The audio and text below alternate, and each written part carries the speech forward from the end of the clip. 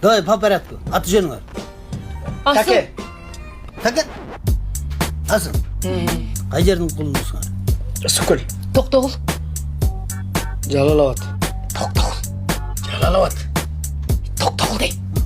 Ой, Токтогул Жалал-Абадка киреби, Жалал-Абад ким дебейсиңби? Антип айтпайм. Токтогул деген өзүнчө. Кандайча өзүнчө? Ой, ошондой элече өзүнчө. Андан көрсөң өзүңдүн айылыңды айтпайсыңбы? Түп деген айыл эмес, килтеген шаар. Ай, сен мектепти бүттүң беле деги. Качандан бери түп шаар болуп калды эле. Силер чеккенде кичинекей айылыңар кирейге шаар болуп көрдүбү.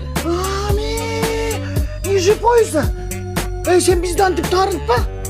Стрелятип менен согуп атканың карабайсың. Мен айткан жоктум да туурабы? Бүт түштүк биригип Жалал-Абадка ошко киресиңер деп. Жалал-Абад деген ош эмес.